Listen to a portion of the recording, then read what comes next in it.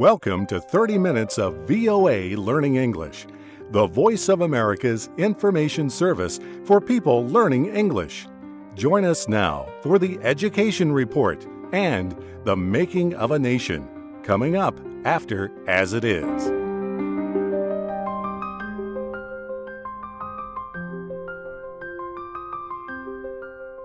Hello and welcome back. I'm Jim Tedder in Washington.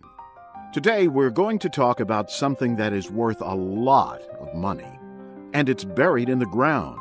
We're not exactly going on a treasure hunt, but I think you will have fun. Then we will hear about a United Nations study about food. We all know that there is a lot of hunger in the world. The information we have today may change what you do with the food on your table. On your radio or on your computer or smartphone. This is As It Is, a program to help you learn and improve your American English from VOA.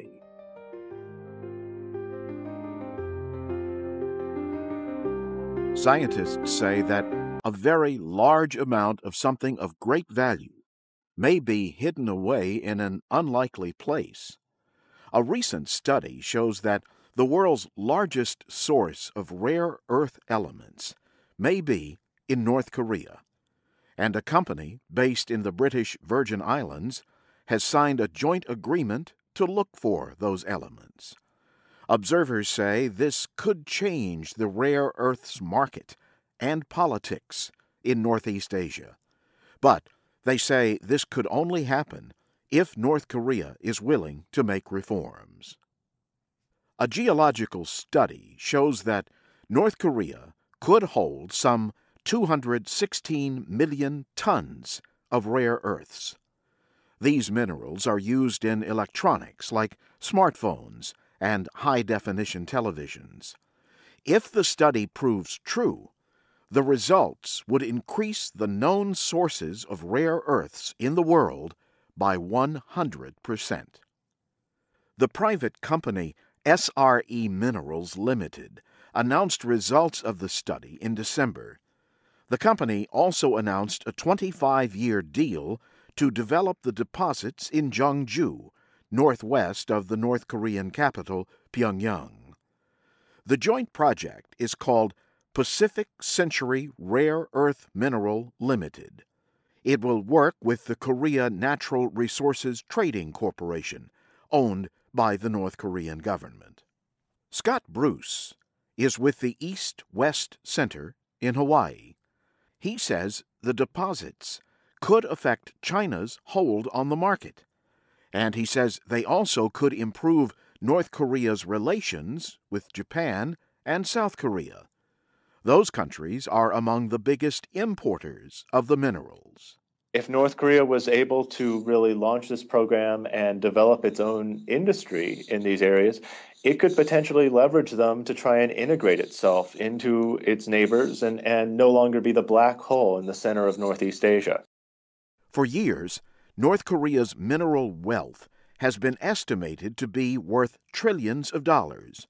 The Jeongju activity could be the first to use its rare earths. But huge problems block the way. Companies doing business in North Korea must deal with a secretive government. The country has poor roads and undependable energy supplies. Such conditions would add to the difficulty of the expensive business of mining rare earths. Even if the partners succeed in getting the minerals out of the ground, experts say limitations placed by the United States and the United Nations present problems.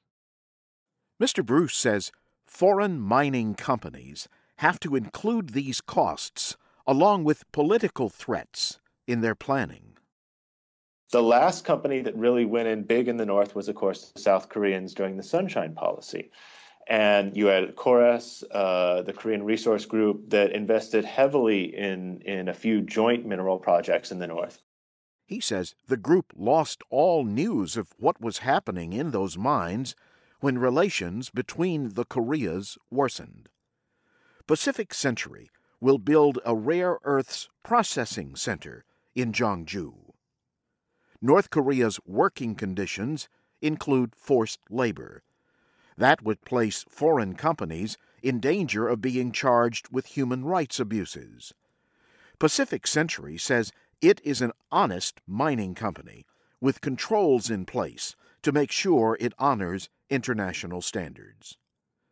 Leonid Petrov is a Korean studies researcher at the Australian National Studies University's College of Asia and the Pacific. He says North Korea has no interest in reforming the economy to meet world regulations for foreign investment. The two conditions of its survival, the constant crisis and the isolation which are needed for the maintenance of the regime, would be jeopardized. Something like that happened already in the inter-Korean relations during the 10 years of Sunshine Policy, when South Korea and North Korea started trading, started cooperating, some exchange was going on, but very soon they realized for South Korea it was too expensive, for North Korea it was too dangerous. The U.S. Geological Survey says it does not have enough information to comment on the announcement of the finding of the rare earth elements in North Korea.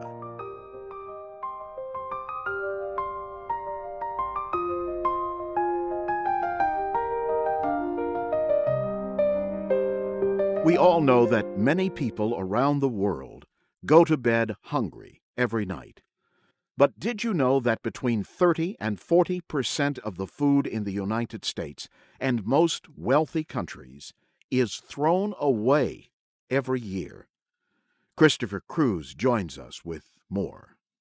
The United Nations Food and Agriculture Organization says more than 1 billion tons of food is wasted each year. Much of that waste happens in wealthy nations, but it happens in developing countries as well. Even as all this food is being wasted, it is estimated that 1 billion people are undernourished, and hundreds of millions of people go to sleep hungry each day. Danielle Nierenberg is the co-founder and president of Food Tank, an organization that studies food issues. A lot of people in the world, 1 out of 8 people is hungry. And at the same time, we have around 1.5 billion people who are obese. So that excess has consequences, not just on our waistlines, but on the environment, on food security, and a whole range of other factors. Ms. Nierenberg says much of the food waste in the developing world is caused by poor infrastructure, like bad roads, and storage areas that are too small.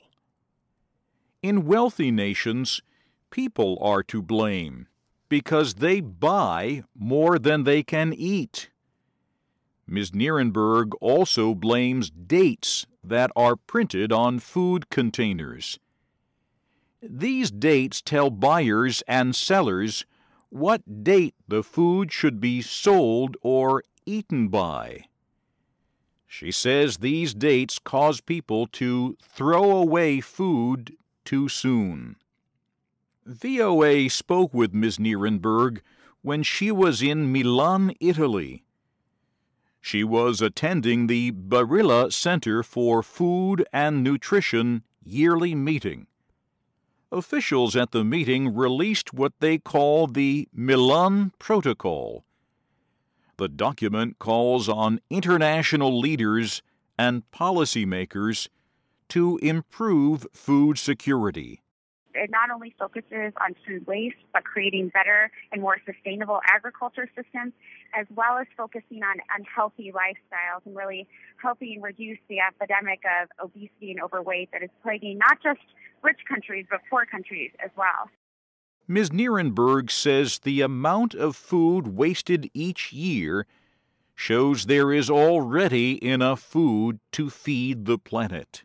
The problem of hunger in the world is not one of not having enough food. We produce more than enough food for every man, woman, and child to eat every day. Yet it's political reasons, it's poverty, certainly, that prevents food from getting to people who need it the most.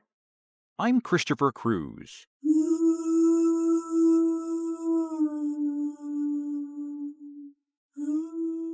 And I'm Jim Tedder in Washington. There are more Learning English programs straight ahead, and world news follows at the beginning of the hour on VOA.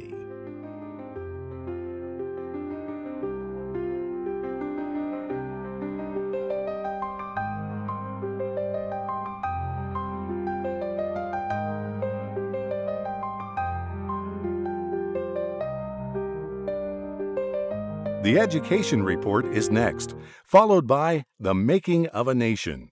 You can read and listen to our programs and download MP3s at learningenglish.voanews.com. You can learn with us on Facebook, Twitter, and YouTube at VOA Learning English.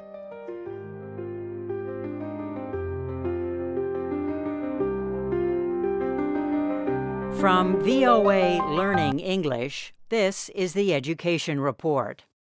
American librarians have selected the most distinguished children's books of 2014. One of the top winners is about a squirrel and a very imaginative child, the other about trains.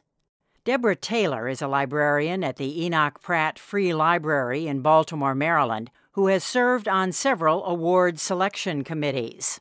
They're looking for is a quality of writing, quality of storytelling. The John Newbery Medal for the most outstanding contribution to children's literature was given to Kate DiCamillo for Flora and Ulysses, The Illuminated Adventures. This is her second Newbery Award, which is very rare indeed. Flora and Ulysses is a laugh-out-loud story about a squirrel named Ulysses and a girl named Flora in a world that is both real and pretend. She uses that element of creating and getting inside the mind, the creative mind, the mind of a child that loves fairy tales. She can do that better than almost anyone. Kate DiCamillo is also the new National Ambassador for Young People's Literature in the United States. The Newbery Award and the ambassadorship means she will be traveling a lot this year, talking about the importance of stories and reading. The Randolph Caldecott Medal for the Best Picture Book for Children went to Brian Floca for his book, Locomotive. It's simply stunning. So many different perspectives, so much technical drawing without being overwhelming, still being child-friendly. Now, when you say child-friendly, what do you mean by that? I mean, it's the kinds of things that kids would be interested in, like how do you go to the bathroom on the train, eating on the moving car. When Brian Floca learned he had won, he tweeted disbelief, joy, denial, acceptance. Kate DiCamillo said, "After I hung up the telephone, I started to think that I may have imagined the whole thing." There are many more awards in areas like books for young adults, books about people with disabilities, books that have been translated from another language, and the Pura Belpré Award for Latino writers. A book called P.S. B11 won the Coretta Scott King Award for African American authors. Such a wonderful story about three sisters who are just very close. The dialogue just leaps off the page, and you just fall in love with those girls, and you can't wait to find out what they're going to do next. The Robert F. Seibert Award for the Best Informational Book went to Parrots Over Puerto Rico by Susan Roth and Cindy Trumbore. It shows another side of Puerto Rico, says Ms. Taylor. We have many people who live in our midst who have roots to that country. So to see that country have that kind of attention, I think is just wonderful. Ms. Taylor says there are still not enough books by African American, Latino, and other authors or artists of color. But the awards do let people know about the excellent books that are being published. All of the award winners may be found at www.ala.org. And that's the Education Report from VOA Learning English. You can read more at our website, learningenglish.voanews.com. You will find podcasts, captioned videos, and lessons to test your English skills. I'm Karen Leggett.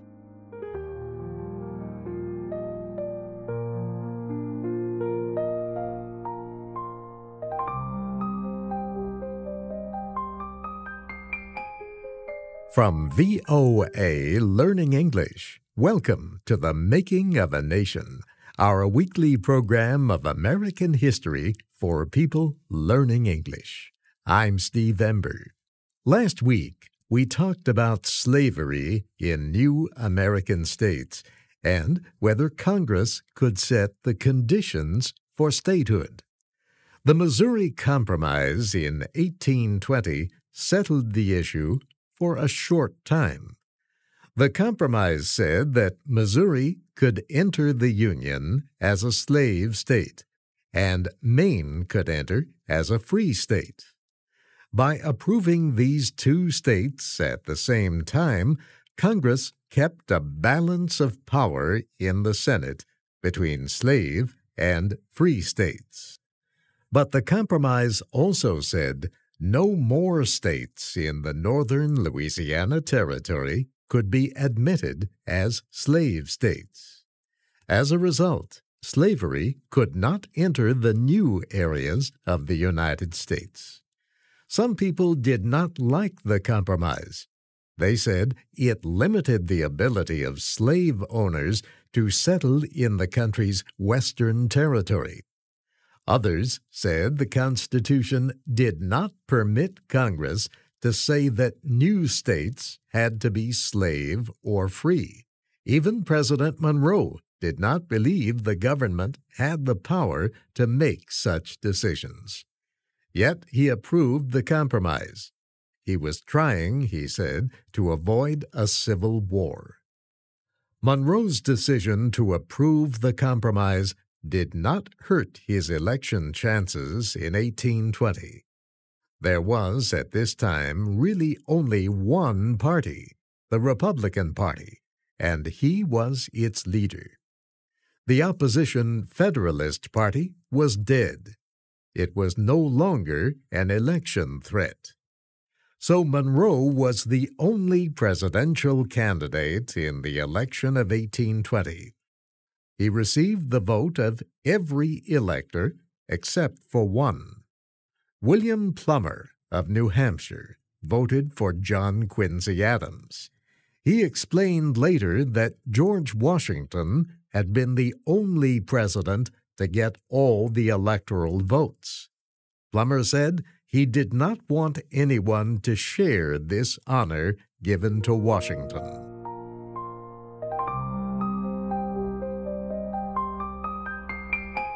Monroe's first 4 years as president had been successful. He had increased the size of the United States. Florida was now part of the country, and the problem of slavery had been temporarily settled. There had been economic problems, some of the worst in the nation's history, but the situation was getting better. And the nation was growing. As it grew, new problems developed between its different sections. There were really 3 separate areas with very different interests. The northeastern states had become the industrial center of the nation. The southern states were agricultural, with large farms that produced cotton, rice, and tobacco. Much of the work on these farms was done by slave labor. The western states were areas of small farms where grain was produced with free labor. It was a place where the land did not cost much and where people could make a new start and build a new life. This division of the nation into different sections with opposing interests ended the one-party system of Monroe's administration. The industrial Northeast wanted high taxes on imported products to protect its industry from foreign competition. This part of the country also believed the national government should pay for roads and waterways to get their products to markets. The South did not agree to high import taxes. These taxes raised the prices on all goods, and import taxes on foreign goods might cause foreign nations to raise import taxes on Southern cotton and tobacco. The South also opposed spending federal money for roads and canals. The mountains through parts of the southern Atlantic states would make road building difficult and canals impossible. The western states supported government aid in building roads and canals. The Ohio and Mississippi rivers were the only inexpensive transportation systems for moving their products to markets. The Westerners also supported high taxes on imports because they believed such taxes would raise the prices of their agricultural products. The separate interests of these different sections produced an exciting campaign in the next presidential election.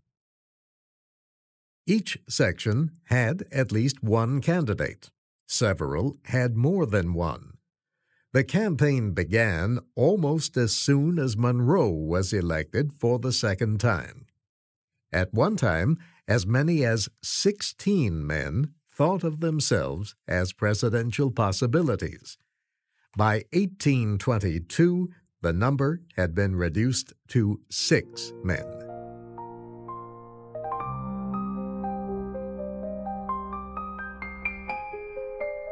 John Quincy Adams was the only Northern candidate. He was an extremely able man. He was at the time Secretary of State, and there were few jobs in government he could not do and do well. But many people found him cold and questioning. His father was John Adams, the second President of the United States. The West had 2 candidates. One was Henry Clay of Kentucky, popularly known as Harry of the West. He was a great lawyer, congressman, Speaker of the House, and senator. The other was Andrew Jackson, known as Old Hickory, the hero of the Battle of New Orleans during the War of 1812. Jackson knew little about government. He was a fighter, a man of the people.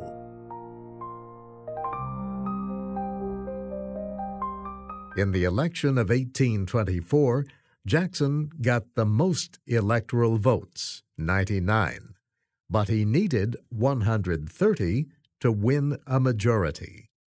The Secretary of State, John Quincy Adams, was second.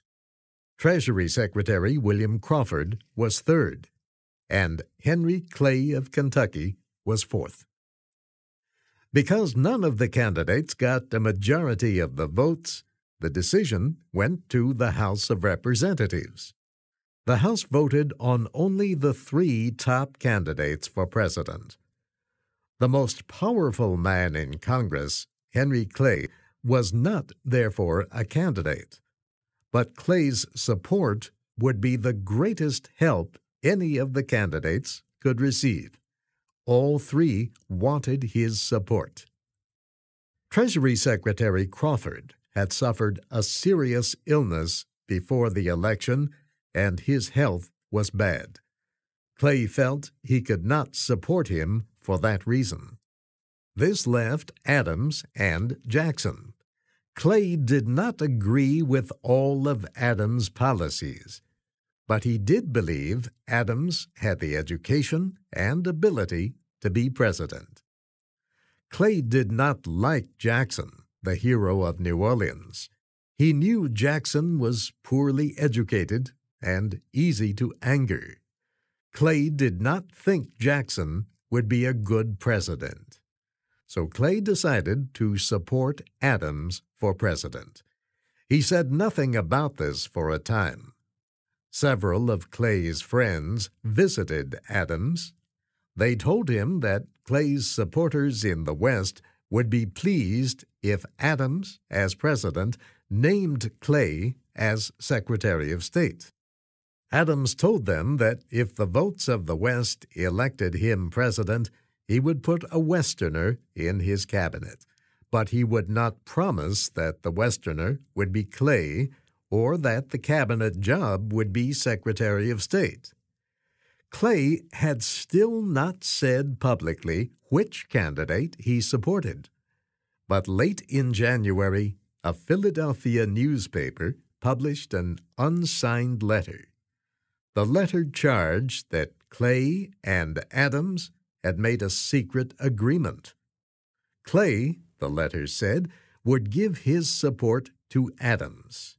In exchange, Adams would name Clay as his Secretary of State. Clay was furious. He not only denied the charge, but offered to fight a duel with the letter writer. But whoever wrote the letter to the newspaper refused to say anything. Clay was sure Jackson's supporters were responsible.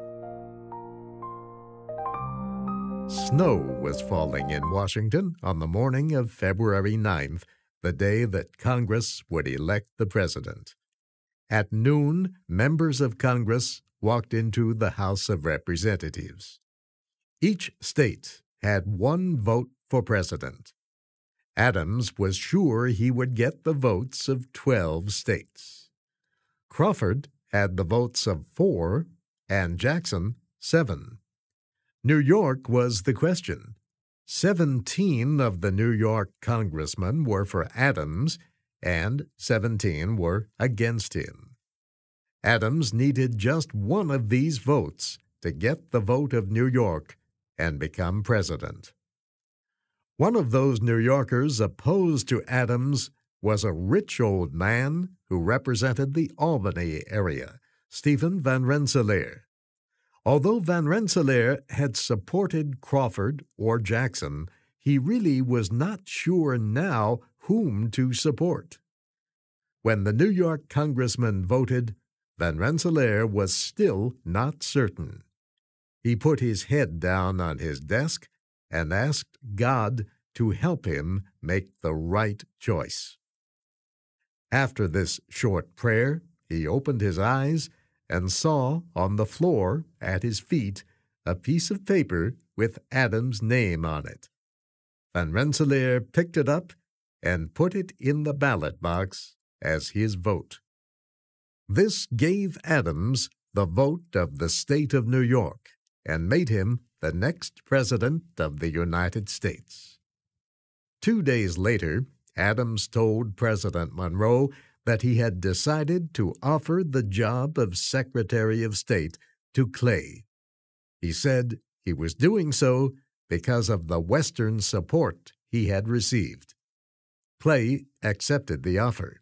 Now Jackson was sure that Clay had sold his vote to Adams for the top cabinet job. He wrote to a friend, "Was there ever before such bare-faced corruption? What is this trade of vote for office, if not bribery?" Jackson, himself a senator, showed his feelings when the Senate was asked to approve Clay as Secretary of State. He voted no, and 13 other senators joined him against the nomination. But they were too few to prevent Clay from getting the job. With Clay as his Secretary of State, John Quincy Adams began his first term as president. His administration will be our story next week. I'm Steve Ember, inviting you to join us next time for The Making of a Nation, American History, from VOA Learning English.